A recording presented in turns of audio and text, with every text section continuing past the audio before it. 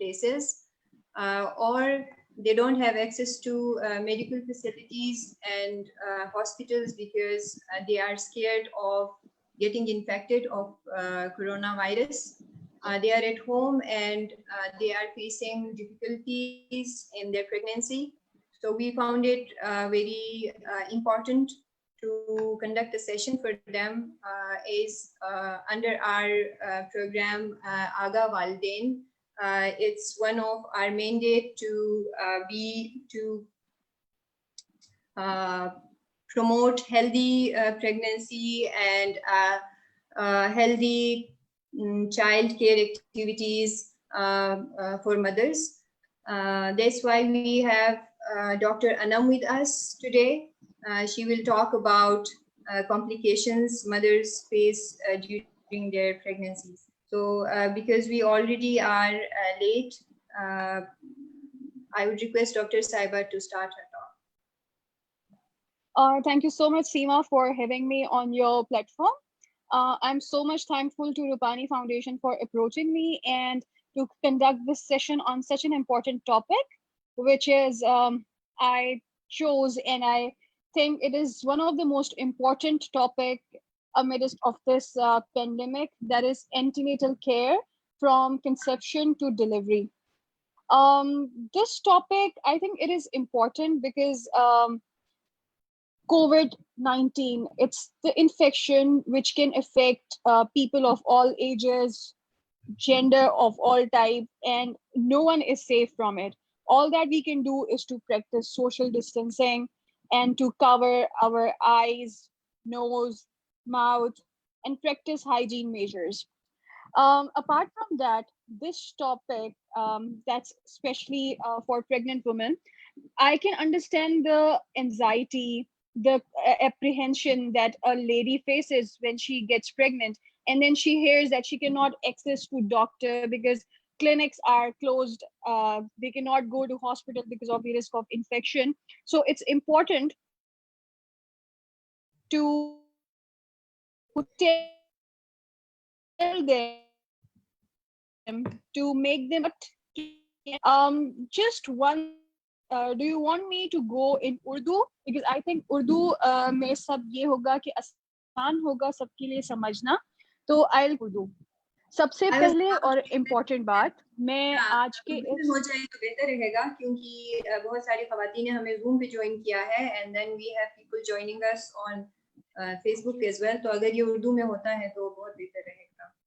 Yes, I think because it's वो सबको समझ में आएगा और फिर हमें उर्दू में होगा तो हमें उसका रिजल्ट अच्छा मिलेगा इंस्टेड ऑफ इंग्लिश. तो मैं इसको उर्दू में रखूंगी और मेरी जो आज के ये सेशन होगा, it's going to be divided into two main things.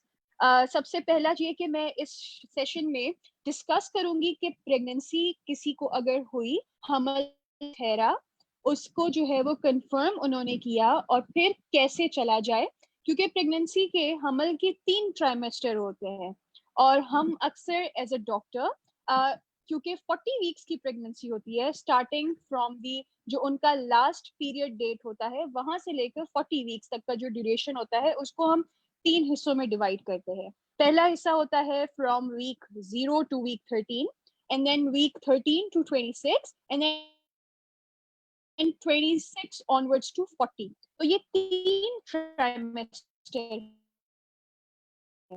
एक औरत के लिए केयर का लेवल, उन तीनों ट्राइमेस्टर में उनको क्या चीज करनी चाहिए, कौन से टेस्ट इंपॉर्टेंट हैं, कौन से टेस्ट इस पेंडेमिक में वो मिस कर सकते हैं या कौन से टेस्ट जरूरी हैं, इन सब की नॉलेज होना बहुत इंपॉर्टेंट है.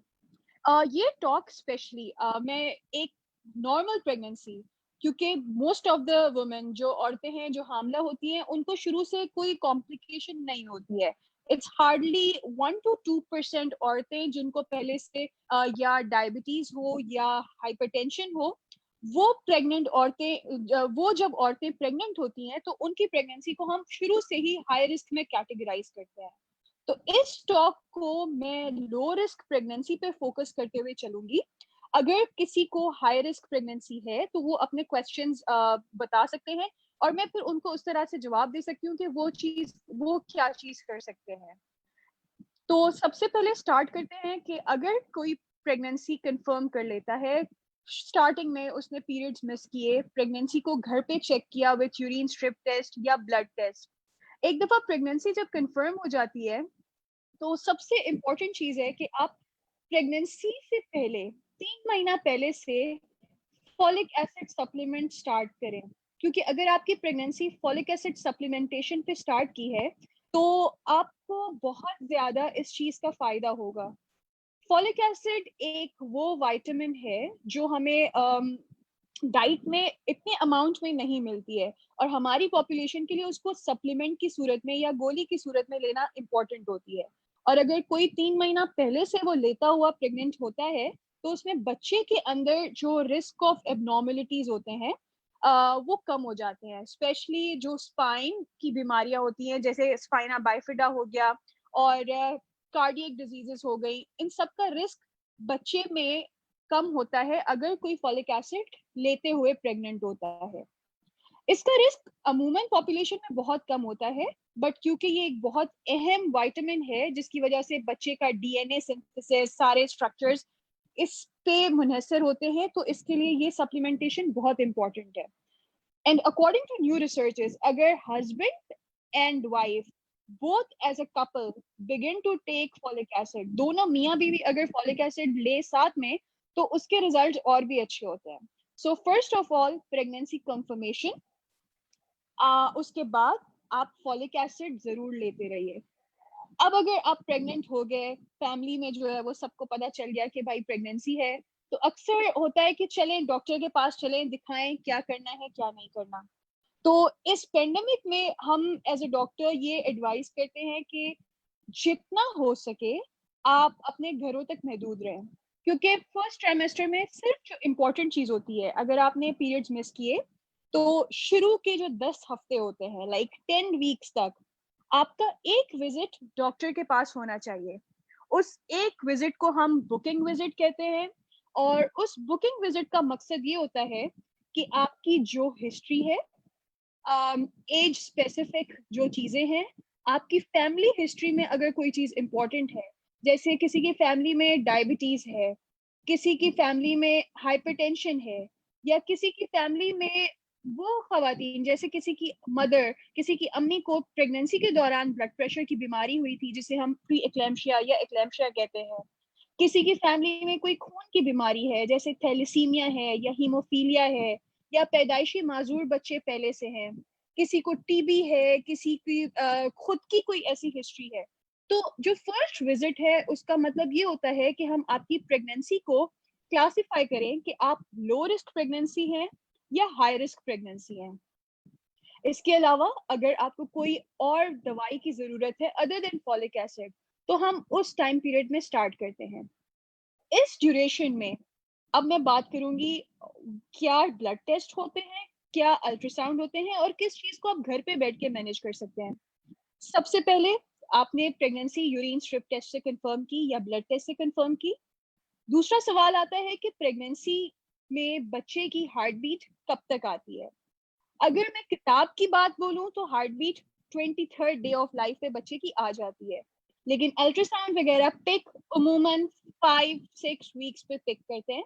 और आप अपना जो फर्स्ट अल्ट्रासाउंड है वो अराउंड 10 वीक्स तक करवा सकते हैं, आइडियली 12 वीक्स भी, क्योंकि उसमें फिर हम न्यूक्ल ट्रांसल्यूसेंसी या बच्चे की गर्दन पे जो थिकनेस है उसको मेजर करते हैं, क्योंकि वो भी एक तरीका है जिससे हम अगर बच्चे में कोई एबनॉर्मलिटी है तो वो अर्ली पिकअप कर सकते हैं। So that is your first ultrasound and it should be done by 10-12 weeks रफली। अगर आप एक 10 वीक्स पे कराते हैं तो आइडियली दूसरा 13 वीक्स 6 वीक्स पर आप 13 वीक्स 6 डेज तक करवा लेना चाहिए। That is nuchal translucency.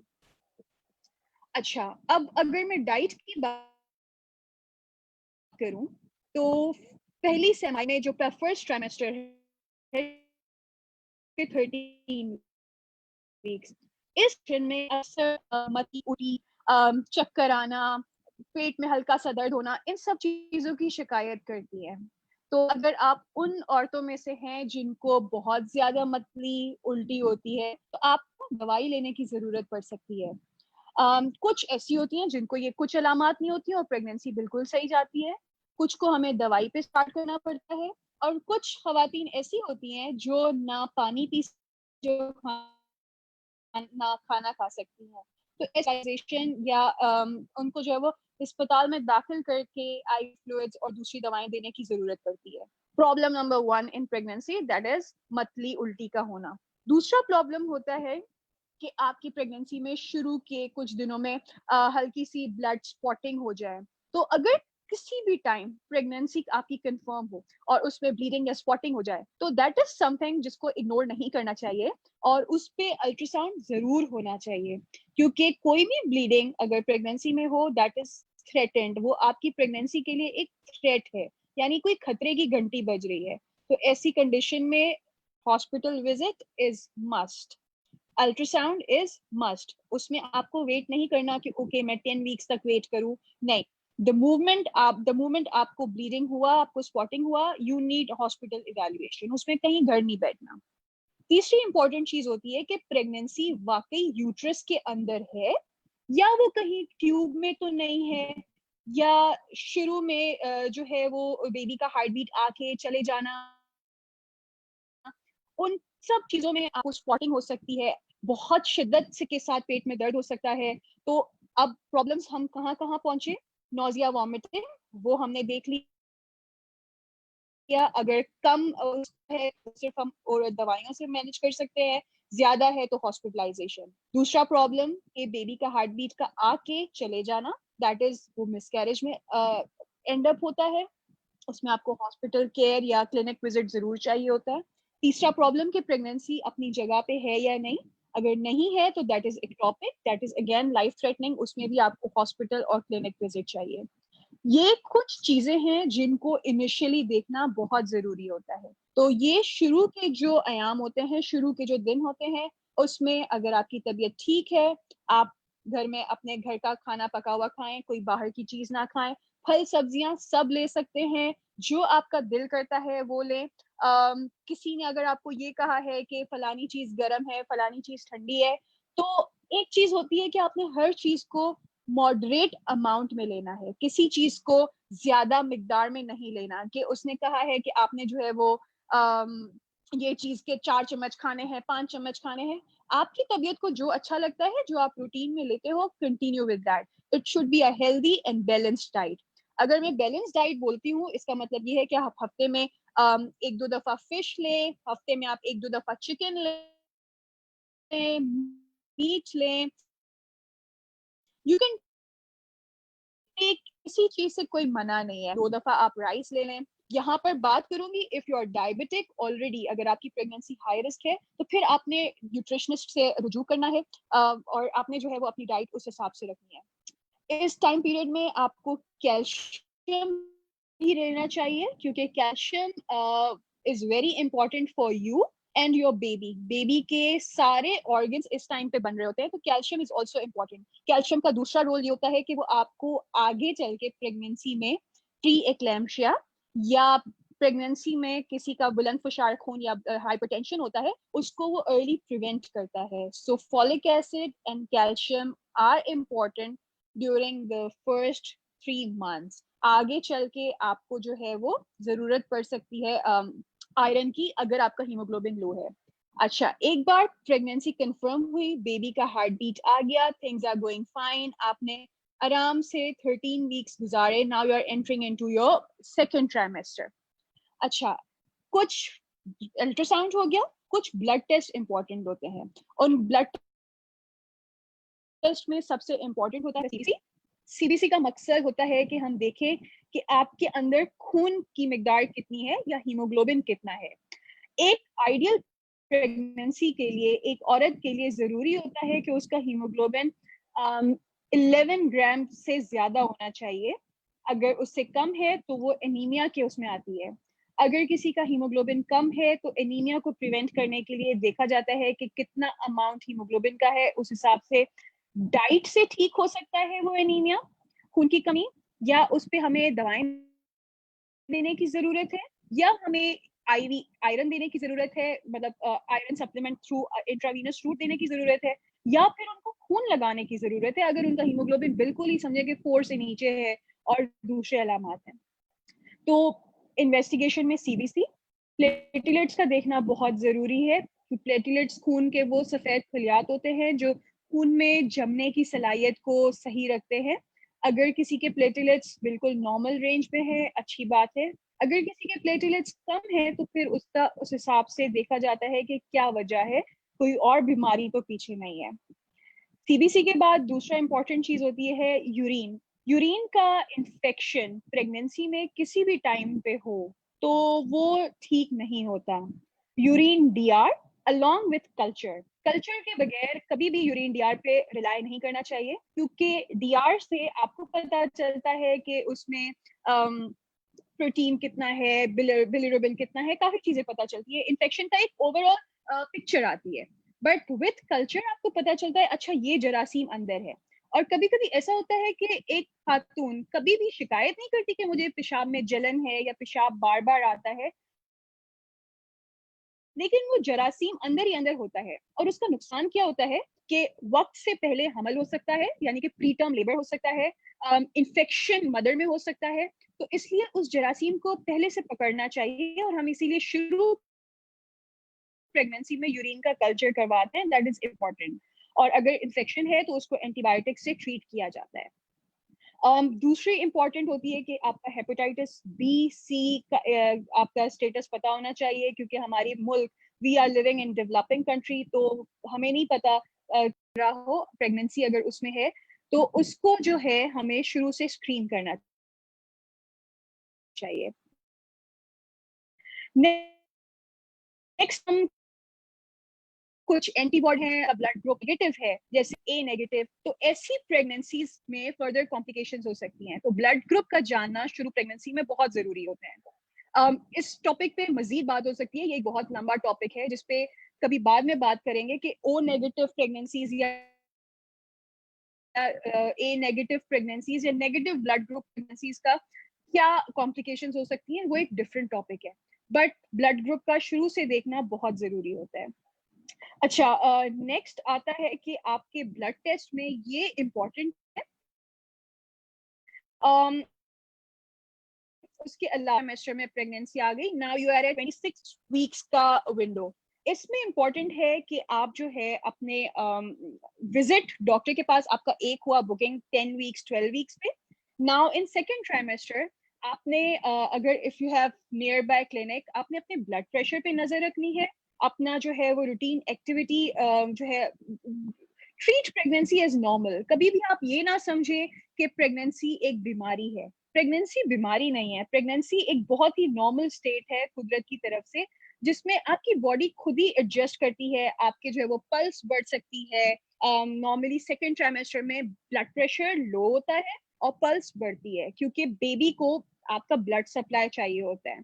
तो आपका प्रेशर कम होता है, बेबी की तरफ वो ब्लड सप्लाई जाती है, और इस तरह से कुदरत ने खुद ही ऐसे सिस्टम रखे हुए बॉडी में कि वो खुद से सारा मैनेज करते हैं।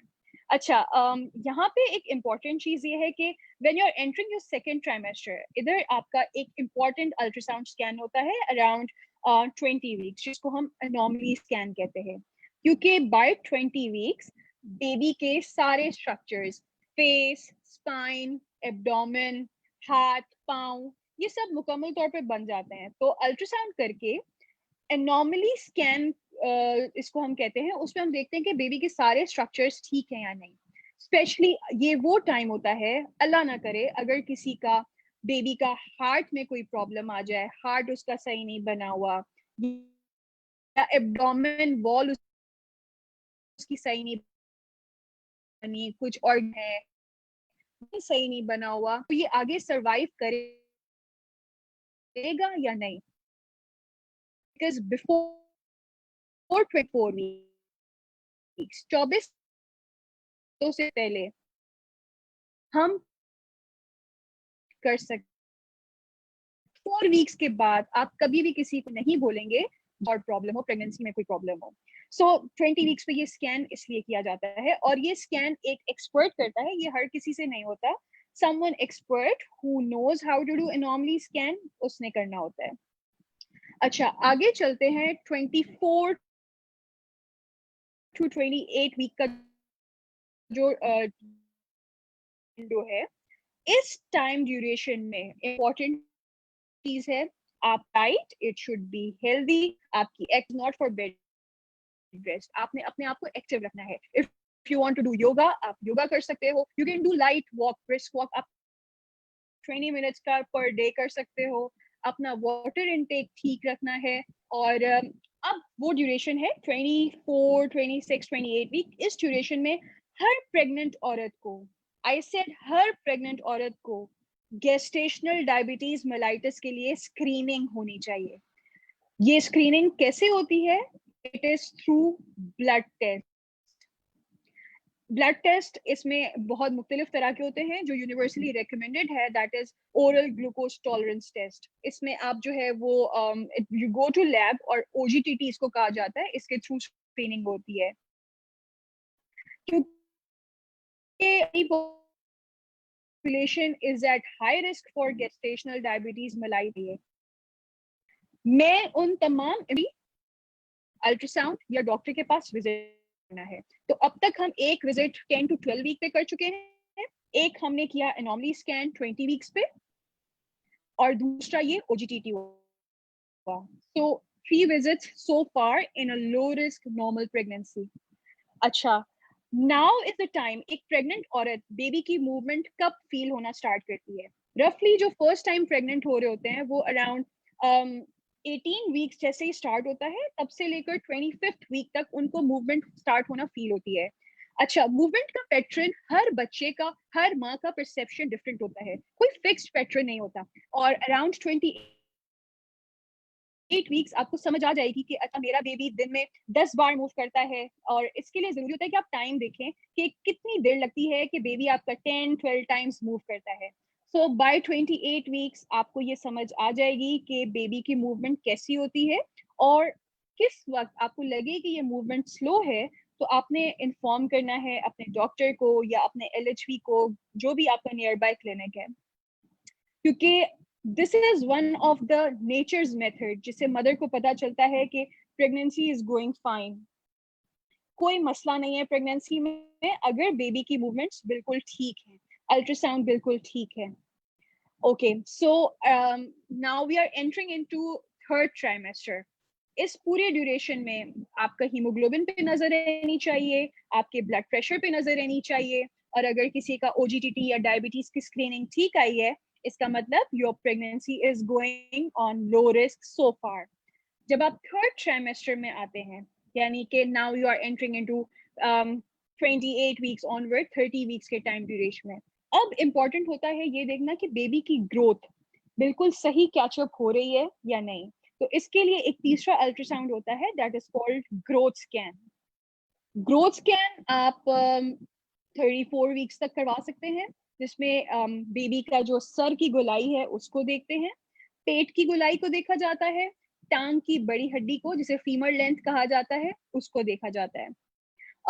ये तमाम पैरामीटर से पता चलता है कि बेबी की ग्रोथ अपने ड्यूरेशन के हिसाब से ठीक है या नहीं। आवलनाल का देखना जरूरी है, जो हम फर्स्ट स्कैन और सेकंड स्कैन पे भी देखते हैं कि आवलनाल नीचे तो नहीं है या उसमें कोई प्रॉब्लम तो नहीं है, जिसको हम प्लासेंटा कहते हैं। और तीसरी चीज होती है कि बेबी के अराउंड जो पानी होता है, जिसको हम एमनियोटिक फ्लूइड कहते हैं या लाइकर कहते हैं, उसका अमाउंट कितना है। कुछ प्रेगनेंसीज होती हैं उनमें अमाउंट कम होता है, ज्यादा प्रॉब्लम्स है, but the according age, like रफली आपका हीमोग्लोबिन एनीमिया नहीं होना चाहिए, ब्लड प्रेशर ठीक हो गया, शुगर्स ठीक है। टेटनस का इंजेक्शन वैक्सीनेशन जो है वो अराउंड 28 वीक्स पे हमारे पाकिस्तानी पॉपुलेशन के लिए बहुत इंपॉर्टेंट है, क्योंकि टेटनस एक वो चीज है जिसका मोर्टेलिटी रेट, यानी कि बच्चे को अगर ड्यूरिंग डिलीवरी लग जाए ये जरासीम, तो उसकी वाकईतन मौत के चांसेस बहुत ज्यादा होते हैं, क्योंकि वो जरासीम जानलेवा होता है। तो इसलिए हर प्रेग्नेंट औरत को ये vaccine around 28 weeks to 34 weeks के अंदर अंदर 2 डोजेस लग जाने चाहिए टेटनस टॉक्साइड के। ये आपके डॉक्टर अगर आपसे जिक्र नहीं करते तो आप उनसे पूछें कि क्यों नहीं देना चाहिए। और अगर किसी का ओ नेगेटिव ब्लड ग्रुप है तो उनकी एंटीबॉडीज चेक होती हैं, उनको फिर एंटी डी का इंजेक्शन लगता है जो कि आपके लिए इम्पोर्टेंट है। सिर्फ नेगेटिव ब्लड ग्रुप्स की बात कर रही हूँ। टेटनस हो गया, ये हो गया। इसके अलावा प्रेगनेंसी में कुछ वैक्सीनेशन हैं जो इम्पोर्टेंट है और कुछ होती हैं जो कि मना होती हैं। तमाम वो वैक्सीनेशन जो कि लाइव हैं, यानी कि उसमें लाइव ऑर्गेनिज्म है, वो कॉन्ट्राइंडिकेटेड होती हैं। टॉक्साइड इंजेक्शन और killed vaccination can be done. Influenza का वैक्सीन आप प्रेगनेंसी में किसी भी टाइम लगा सकते हैं। इन्फ्लुएंजा के वैक्सीन में प्रेगनेंसी में कोई कॉन्ट्राइंडिकेशन नहीं है, एंड इट इज गुड कि अगर आप लगवाएं, क्योंकि उसमें फिर बच्चे में भी इम्यूनिटी आ जाती है। अच्छा, ग्रोथ स्कैन हुआ 34 वीक्स पे। नाउ अराउंड 36 वीक्स ऑनवर्ड आपका डॉक्टर के पास विजिट फ्रीक्वेंसी ज्यादा हो जाती है, क्योंकि अब डॉक्टर देखेगा इस टाइम पीरियड में कि मोड ऑफ डिलीवरी क्या होना चाहिए। आप एक लो रिस्क प्रेगनेंसी है, बेबी का सर नीचे है, एवरीथिंग इज गोइंग फाइन, तो आप एक नॉर्मल डिलीवरी के कैंडिडेट हैं। कोई भी डॉक्टर तब तक सिजेरियन नहीं करता जब तक माँ या बच्चे की जान को कोई खतरा नहीं है। अगर आपकी ब्रीच प्रेगनेंसी है, ब्रीच का मतलब ये है कि बच्चे का सर ऊपर की तरफ है, तो वो हम नॉर्मल डिलीवरी की तरफ नहीं जाते, we plan for caesarean section. So 36 weeks onward आपका विजिट हर वीक होता है, और हर विजिट में आपके जो है वो ब्लड प्रेशर चेक किया जाता है, एब्डोमेन को देखा जाता है, बेबी के हार्ट बीट को देखा जाता है, और अगर जरूरत पड़ती है तो एक अल्ट्रासाउंड यहाँ पे होना चाहिए, अदरवाइज इट्स नॉट इंडिकेटेड। और 40 वीक्स तक आपकी नॉर्मल लेबर अगर हुआ तो अच्छी बात है, नहीं हुआ तो 40 प्लस पे लेबर को इंड्यूस किया जाता है या आपको आर्टिफिशियल पेन्स दिए जाते हैं। ओके, ये मैंने कंसेप्शन टू 40 वीक्स का ड्यूरेशन कवर किया in regard to investigation, in regard to ultrasounds, in regard to number of visit जो कि आप डॉक्टर के पास जा सकते हैं। अगर आपके पास ये सहूलत है कि आपके डॉक्टर्स जो हैं वो टेलीफोनिक कंसल्टेशंस करें या टेलीक्लिनिक्स करें, तो आई वुड सजेस्ट कि आप उनसे बीच में टेलीफोनिक कॉन्वर्सेशंस कर लें, टेलीफोनिक कंसल्टेशंस कर लें। बट फिर भी प्रेगनेंसी वो स्टेट है जिसमें आपने हॉस्पिटल जाना है, और अगर आप हॉस्पिटल जा रहे हैं, make sure you are wearing mask, आपके सोशल डिस्टेंसिंग हो, आप किसी भी जगह पे खड़े हो, आपका डिस्टेंस मेंटेन होना चाहिए। At hospital we also make sure कि हम फेस शील्ड्स और ये सब चीजें पहने, हमारे पेशेंट्स भी इसी तरह से कवर हों। और इट इज नाउ रिकमेंडेड कि अगर हम किसी पेशेंट को हॉस्पिटल में एडमिट कर रहे हैं तो उसका कोविड टेस्टिंग करना इम्पोर्टेंट हो गया है, नाउ इट्स रिकमेंडेड, क्योंकि काफी एसिम्प्टोमेटिक पेशेंट्स भी हैं। ओके, एक क्वेश्चन आया था कि कोविड-19 के इफेक्ट्स फीटस पे क्या हो सकते हैं, तो I would answer this question here and now इस टाइम पे। जितनी भी studies, because it is a new virus, इस वायरस पे हम जितना स्टडी करें वो अभी तक कम है, it's all on trial basis.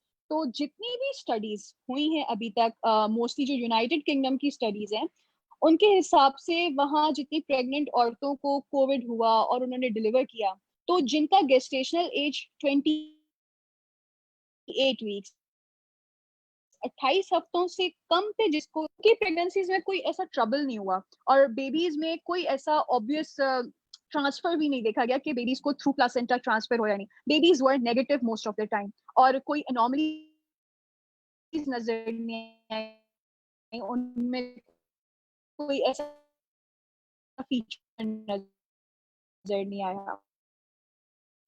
वो तो उसमें माओ को जो है वो ज्यादा सिम्टम्स हुए, मौत नहीं हुई और ना ही कोई ऐसा हार्मफुल इफेक्ट्स देखा गया।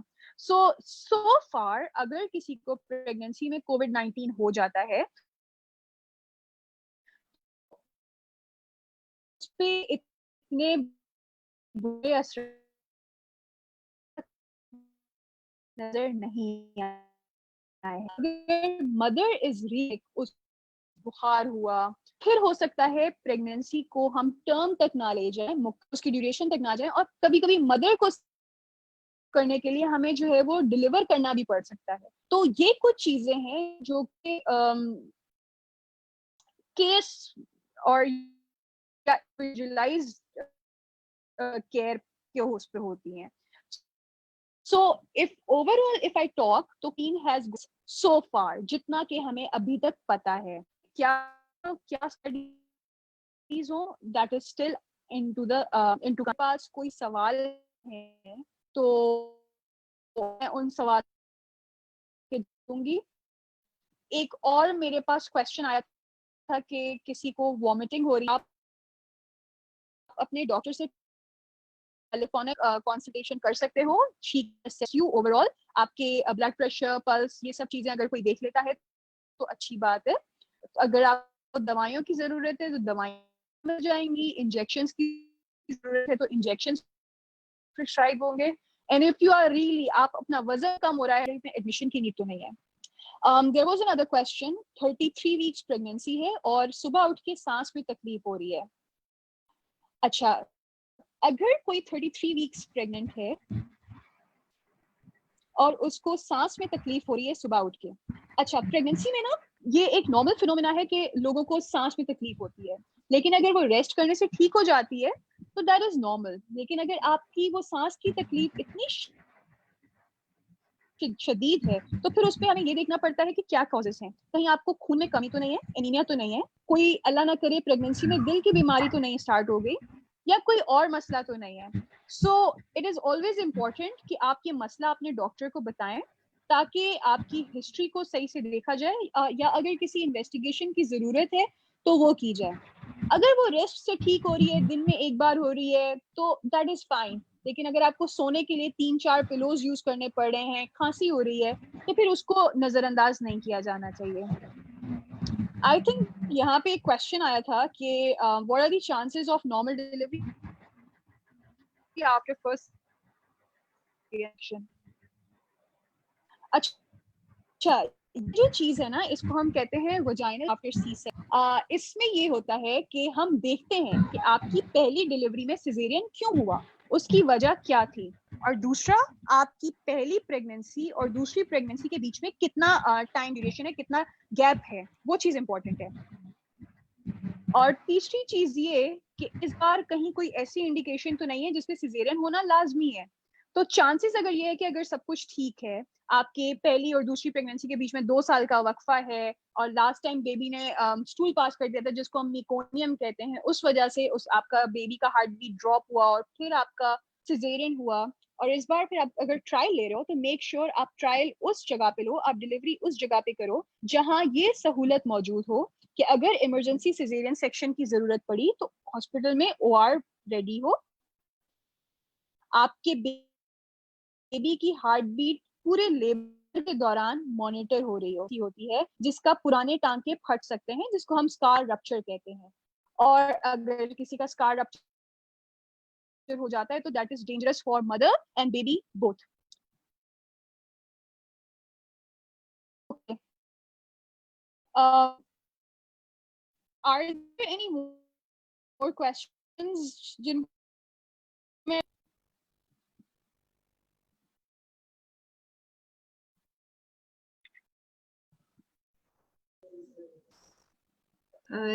जी डॉक्टर साहिबा, we have mother with us. Apparently her name is also no, her name is not Anam. Her name is Anita Okay. Tasveer. She Okay. had some questions. She asked us to give her some time. So Anita Tasveer, are you with us?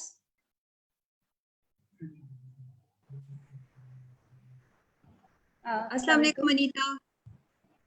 We cannot see you.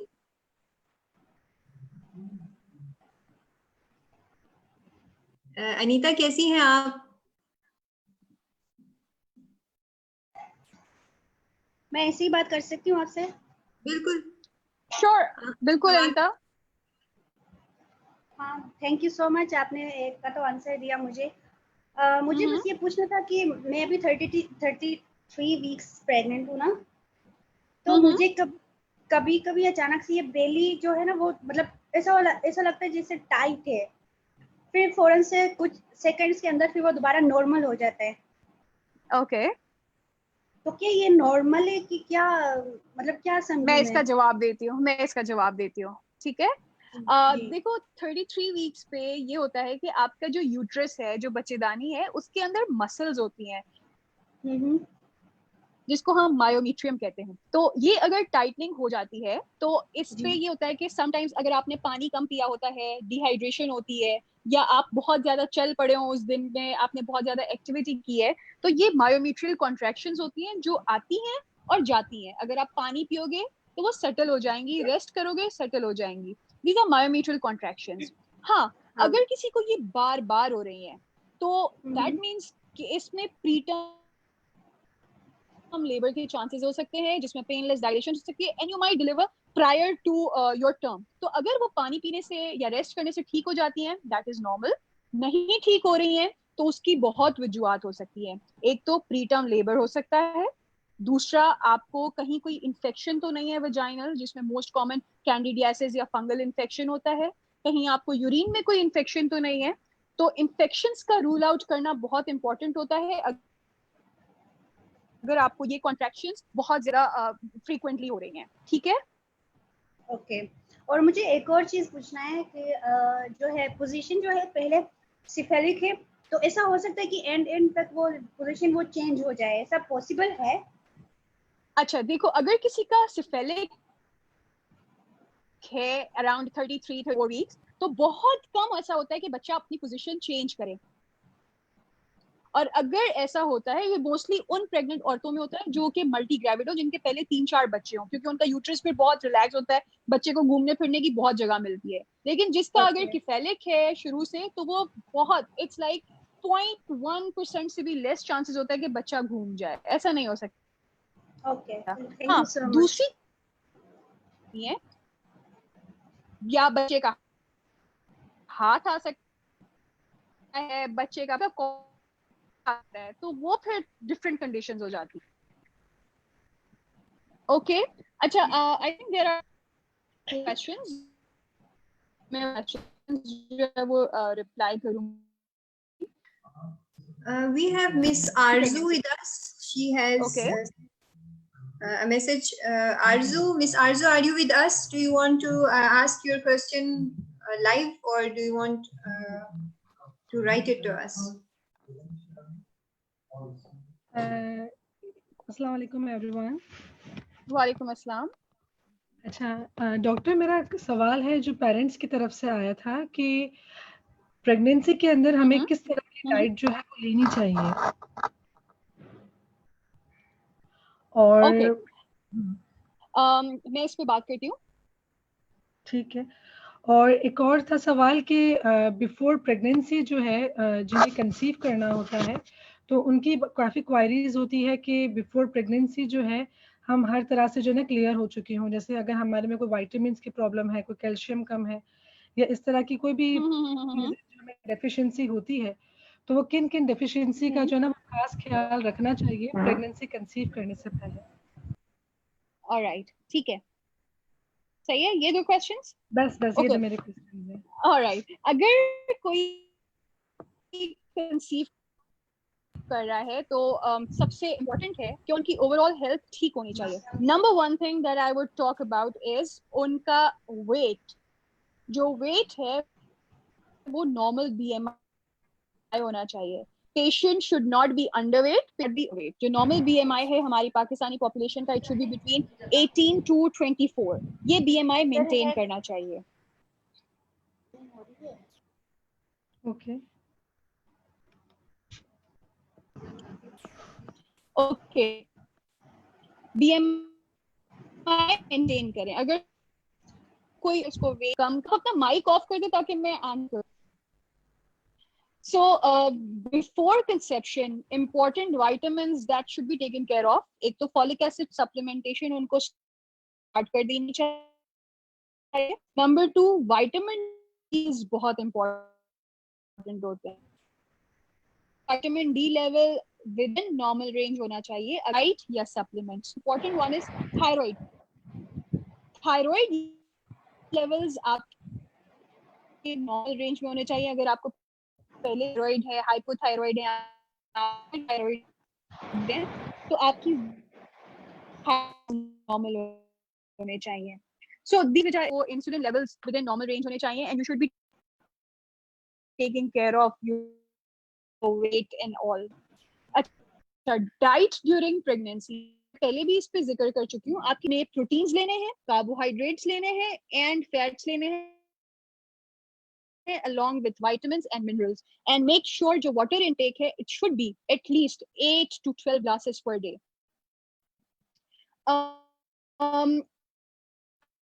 Daily होना चाहिए उसकी 3 to 4 servings of चाहिए दिन में.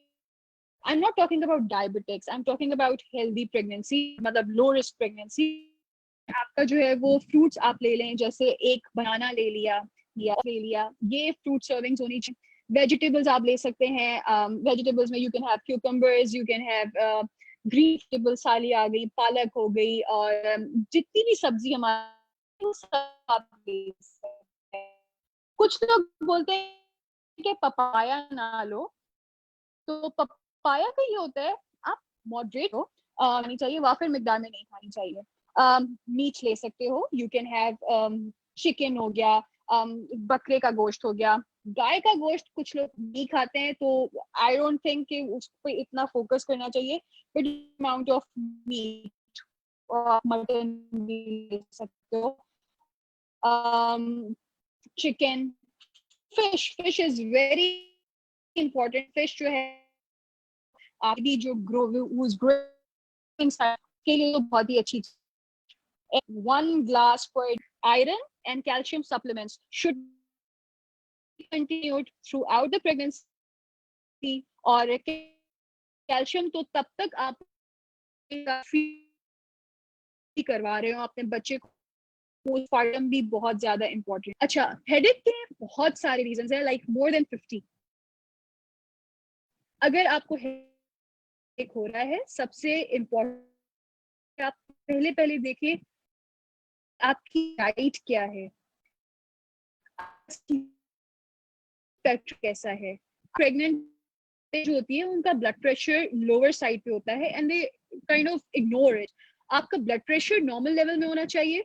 अगर blood pressure ठीक है फिर भी हेडेक हो रहा है, तो फिर हम मेन कॉजेस पे आएंगे. अब हेडेक का कॉज है you are suffering from migraine, हो सकता है आप तो नहीं हो रहा, तो नहीं हो रहा, प्रेगनेंसी में ब्लड प्रेशर बढ़. तो किसी भी वक्त अगर खाने से ठीक नहीं हो रहा, तो उस हेडेक को फर्दर इवैल्यूएट करना चाहिए, न्यूरोलॉजिस्ट का ओपिनियन होना चाहिए, उसको कभी भी लाइटली नहीं लेना चाहिए. I will see few more questions.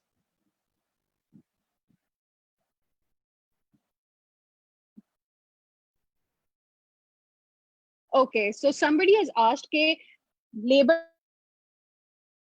को नेचुरली कैसे इंड्यूस किया जाए. Very good question. Number 1, during your pregnancy keep your ज्यादा अपने आप को एक्टिव रखें. पॉजिटिव थॉट्स, कुछ भी नेगेटिव नहीं सोचना. जहां आपने नेगेटिव सोचा वहां नेगेटिव होगा. So keep yourself very much positive. अपने आप को तमाम अच्छी चीजों से सराउंडेड रखें. And after 37 weeks make sure you walk. Squats करें, वॉक करें. This way your baby would come down, और वो नेचुरल पेन इंड्यूसर है. और बाकी there are so many myths, आप ये खा लें, आप वो खा लें, but from this forum if I can communicate one thing, आप सब औरतों को अगर मैं एक चीज कहूंगी वो ये कहूंगी, बराए मेहरबानी कभी भी लेबर को इंड्यूस करने के लिए कैस्टर ऑयल ना पीजिएगा. क्योंकि आप जब कैस्टर ऑयल पीते हो ना, तो कैस्टर ऑयल आपको पेन्स तो कॉज कराता है, लेकिन वो बेबी के अंदर, वो जैसे आपको डायरिया कराता है ना कैस्टर ऑयल, वैसे बेबी को भी डायरिया करवाता है. और अल्टीमेटली क्या होता है, कैस्टर ऑयल वाली जितनी भी लेबर्स होते हैं वो सिजेरियन सेक्शन में एंड अप करते हैं, क्योंकि बेबी अंदर स्टूल पास कर लेता है. So please never take castor oil.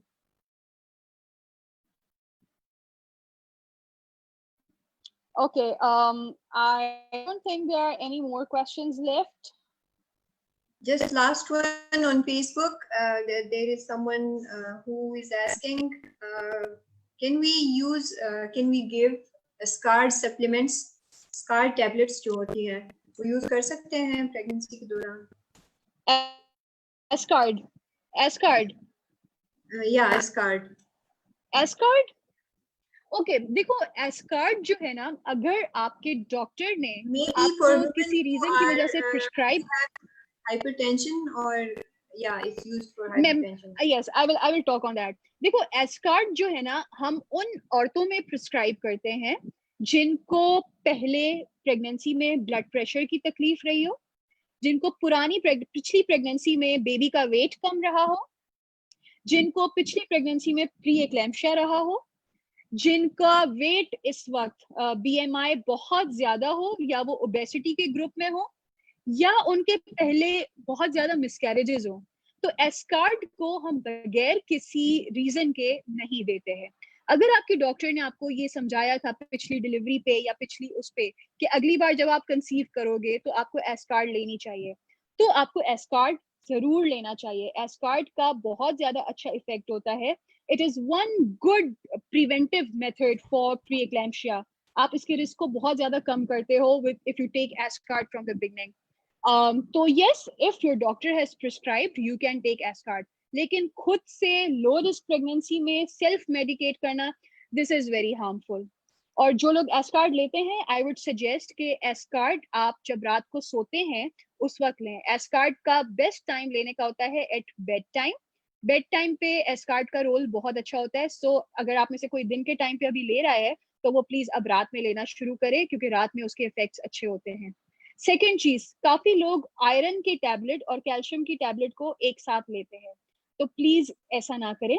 Iron को हमेशा खाली पेट लिया जाता है, या तो आप सुबह जब नाश्ता करते हैं उसके 2 घंटे बाद लें, और कभी भी दूध के साथ नहीं लेना। अगर आपने पेट भरे के साथ या दूध के साथ या कैल्शियम के साथ लिया ना, तो उस आयरन टैबलेट का कोई फायदा नहीं हो, आपकी बॉडी को उसमें आयरन की एब्जॉर्प्शन नहीं होती है। So make your iron tablet का टाइम डिफरेंट एंड कैल्शियम का टाइम, कैल्शियम को आपके का डिफरेंस जरूर होना चाहिए। सो आई होप आप लोगों ने कुछ चीजें पिकअप की हो और ये सेशन आपको इम्पोर्टेंट लगा हो। कोई भी क्वेश्चंस हो, आप जो है वो क्वेश्चंस आप सीमा के पास या किसी के पास भी लिखवा सकते हो। I would try to cover my next lecture based on those questions. Thank you so much, Doctor. We have women and morning men sick pregnancy, especially who have joined us here, who were with us here on Zoom, and there are people who are watching us on Facebook, on our Facebook page, and on other forums as well. Thank you so much. आपने हमें time दिया, and then also you said that you will conduct other sessions for us as well. इस time में हमारे पास बहुत सारे आई थी ख़वातीन की तरफ से कि वो हॉस्पिटल नहीं जा पाती हैं, उनके बहुत सारे मसाइल हैं जिनको वो शेयर भी नहीं कर सकते हैं। सो आई रियली होप कि ये जिन लोगों तक पहुंच रहा है ये प्रोग्राम, उनकी मदद हो जाए आपके थ्रू। और अगले जो सेशंस होंगे हमारे वो बेस्ड होंगी उन सवालात पे जो हमें भेजेंगे मदर्स, पेरेंट्स, फादर्स भी, और कोई भी घर वाले। Right, can watch these sessions and they can send us their questions on Facebook, on our official page, and they can also email us. Thank you so much. Seema, there is one question जो अभी आया था. I would like to answer that if that is okay. Sure. Okay, somebody has asked कि pregnancy में severe nausea या vomiting के causes क्या होते हैं, especially first trimester में. तो जब प्रेगनेंसी कोई कंसीव करता है तो हमारी बॉडी में एक हार्मोन होता है that is called beta HCG. जो बीटा एचसीजी होता है ना, उस हार्मोन का इफेक्ट हमारे उस हार्मोन के जैसा होता है जो कि वॉमिटिंग करवाता है। सो बीटा एचसीजी के इफेक्ट के अंदर a woman's body's response is to cause nausea and vomiting. जैसे जैसे बीटा एचसीजी का लेवल कम होता है, अराउंड 12 वीक्स के बाद वो लेवल डिक्लाइन करना शुरू करता है, तो वॉमिटिंग भी उसी तरह से कम होना शुरू होती है। तो दिस इज द रीजन, ये हार्मोन का लेवल बढ़ जाना इज द रीजन कि हमें प्रेगनेंसी में औरतों को नोजिया या वॉमिटिंग होती है। तो इसका मतलब ये नहीं है कि अगर आपको नोजिया या वॉमिटिंग नहीं हो रही है तो आपकी प्रेगनेंसी सही नहीं है या क्या, but it's just how your body respond. आप हर किसी की बॉडी डिफरेंट होती है, so you can not predict कि आपको कितना होगा कितना नहीं होगा. कुछ लोगों को एक प्रेगनेंसी में बहुत ज्यादा होता है, कुछ लोगों को एक प्रेगनेंसी में नहीं होता है, और कभी कभी अगर बहुत ज्यादा नॉजिया वॉमिटिंग होता है तो हमें दूसरे कॉजेज भी ढूंढने पड़ते हैं, which is entirely a different talk. तो this is how it is. Thank you so much doctor साहिबा.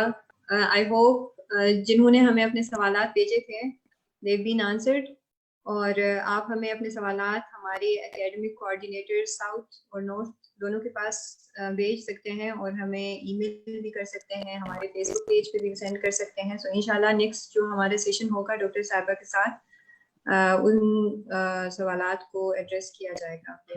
डॉक्टर साहिबा आपको बहुत बहुत शुक्रिया. You're welcome. Thank you so much for having me. Thank you. Allah Hafiz.